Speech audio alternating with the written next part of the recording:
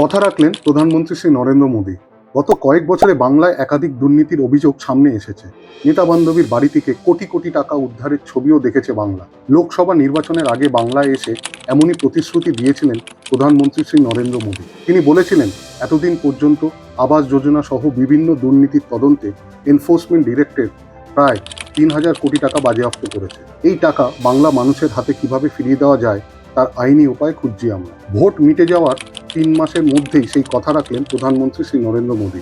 বৃহস্পতিবার রোজ ভ্যালি মামলায় বাজেয়াপ্ত করা ১৯.৫ কোটি টাকা ফেরালো ইডি। আমানতকারীদের টাকা ফেরত দেওয়ার জন্য প্রথম ধাপ হিসেবে এই টাকা তুলে দেওয়া হলো বিশেষ কমিটির হাতে। টাকা ফেরত দেওয়ার জন্য অবসরপ্রাপ্ত বিচারপতিকে মাথায় রেখে আগেই এই কমিটি তৈরি করা হয়েছিল। ধাপে ধাপে বাজেয়াপ্ত করা আরও টাকাও ফেরত দেওয়া হবে। আমানতকারীরা বৈধ কাগজ দেখালে তাদের টাকা দেওয়া হবে বলে জানা গিয়েছে। আগামী দিনে অন্যান্য মামলাতেও বাজেয়াপ্ত করা টাকা ইডি ফেরত দেবে বলে খবর আছে।